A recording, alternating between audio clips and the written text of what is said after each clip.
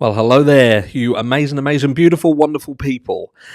I don't know what day it is, so I'm not even going to pretend to. It just went out of my brain. Anyway, you're looking absolutely amazing, and I'm going to get straight into the meat and potatoes before people start telling me that the start of the video goes on for too long. There's nothing to listen to at the beginning, and then they leave. Fuck me, you'd be a hoot at the cinema or watching a film. Netflix and chill, not with you, brother. Not with you, brother. Not unless the film hits the ground running. Anyway, I digress. So, I hope you're all well. We're going to be talking about the Jay Slater situation because this is starting to unravel at a rate of knots. Now, firstly, let's just cover this confusion over the Rolex, AP, and ecstasy pills, for instance. So, yes, people are right that there are green and blues, and they have a street name of Rolex. And who knows? It could have been that that's exactly what they were talking about. Some people have pointed out that it was, in fact, an AP watch that had been stated originally.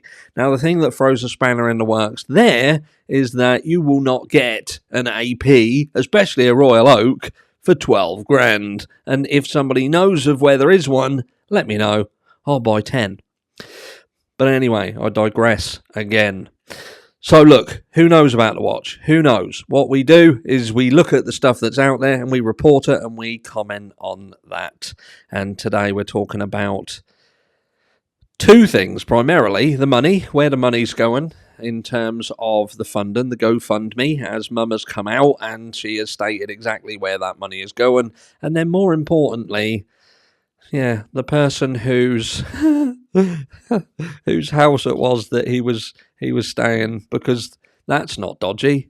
What did we say yesterday? That this house was in a bit of a strange place. Bit out of the way. Not really somewhere that you'd hire out, rent out if you was going to be in the thick of things, dancing, jiving, getting off your boogle, and didn't really sit with me.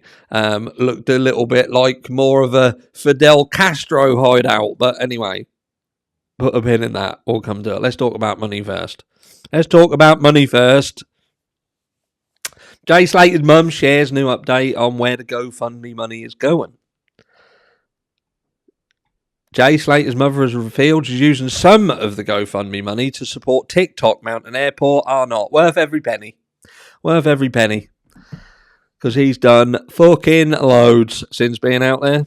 But look, if he's out there and he's searching, why should he be? Yeah, at the end of the day, he shouldn't be doing it for free, should he?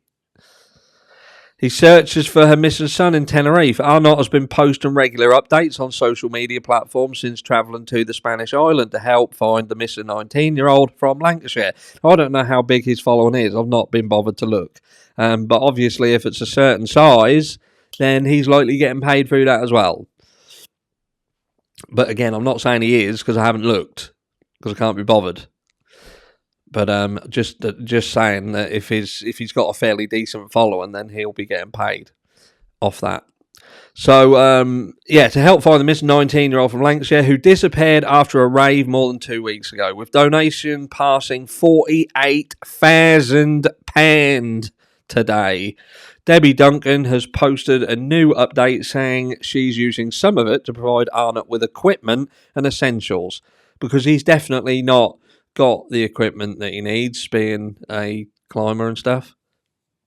I don't know, maybe a new camera to get better quality footage of the climbs, who knows. While also housing other volunteers. That kind of makes sense. If you've got volunteers out there and they need some digs, that makes sense. Buying someone who already was doing something, equipment to do it, not so much. But I digress. She said, your generosity has been vast, and we are so grateful for all of your support and kindness during this unimaginable time for our family. Because it is going to be stressful, whatever you think about the kid, you know what I mean? At the end of the day, he's their child. And you have an unconditional love. Even if your kid's a prick, you're going to love him. I'm not saying he's a prick, by the way. I'm just saying some kids are. Do you know what I mean? Even if you have twins, for instance, there's always one in there that's a bit snidey. Snidier than the other one. My mate had twins, and he would come out, and he'd only bring one. And we used to joke and say that's his favourite. Now, he swore that it weren't his favourite, but never bought the other one. He could have even lied. He didn't even bother lying. One of the men who went back to an Airbnb has spoken out about what happened to Jay Slater before he disappeared in Tenerife. Because this is the reason why he went there has finally been revealed. So one of the men who Jay Slater went to an Airbnb with before he disappeared has spoken out about the case. Mr. Potato Head. Ayub Qasim invited the Lancashire teenager to the house he was renting in northwest Tenerife after meeting him at the music festival they had been attending. Qasim, 31, was jailed 9 years ago after leading an operation based in London that moved Class A drugs to Wales. Fuck. Couldn't make this shit up.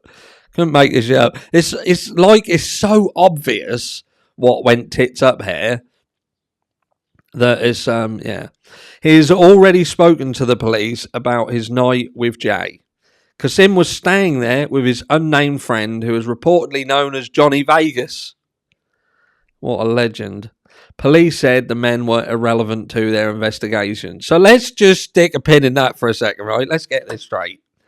So you've got, and look, I mean no disrespect in this situation. Look, at the end of the day, the kid's missing. Don't want him to come out harm. I want the guy to be found, and I feel for his family who are going through what they're going through. I won't wish it on anyone. But let's strip this back and go bare bones for a second. You've got a kid who was running around a little bit of a gang, thought he was a little bit of a gangster, got involved in a fight where he caved someone's fucking head in, walked away from it, seemingly found that quite funny and amusing.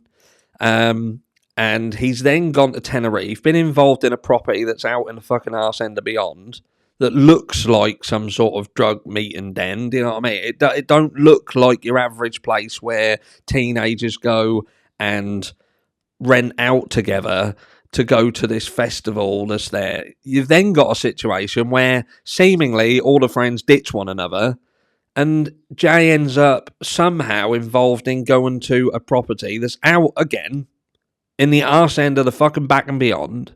And it just now so happens that the person who hired that house out, like we plucked that idea out of the sky yesterday, just happens to be someone who was jailed for 9 years for trafficking drugs out of London into Wales. Do you know what I mean? It's like, you couldn't make this shit up. But yet the police will turn around and say, look, we've spoken to them, they got nothing to do with it. They got nothing to do. The only thing I can hope is that law enforcement are strategic in what they're saying, and they're saying that they got nothing to do with it, so they perhaps think, we've got stories on the peripheral of Rolexes and APs. We got, do you know what I mean? What the? I don't know. Well, let's talk about it. So there we go. He added, I let the geezer stay at mine because he had nowhere else to go. What was I supposed to do? Couldn't let him sleep on the road, could I? So I let him come back to mine. I'm not. His friends had all left him. His friends done one. I know Jay through friends. I'm not going to bring someone back to mine if I don't know them, do I? Why would I do that? Especially with the shit that I'm doing there. I don't want people I don't know seeing what I'm doing. I digress. I'm doing a geezer a favour, and now my face is all over the news. Funny that. It's a bit mental. I haven't even done anything. If I'd have done something, I'd have been all right with it. Qasim dismissed any suggestion that there was an issue between him and Jay, adding, if I'd fallen out of him, would he even come to mine? We've got stories saying he didn't want to, that he was scared to. There were no problems. You've seen the last images of him with his red blanket around him. I gave him that blanket. He was cold. Fuck. I don't know if he had beef elsewhere because I don't know him that well. I only know him through friends, and that makes him a mute, so he doesn't fucking say anything.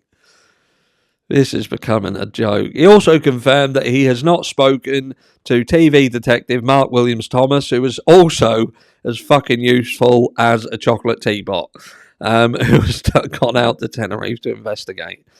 Kasim added, I've spoken to the Spanish police, and they've told me not to speak to anyone, which is why I've been quiet. So you seem like the kind of guy who'd do exactly what you're told. Don't you, son? There we go. What happened there? Fucking jumped out. Let's go. Where are we? Come on. Go down then.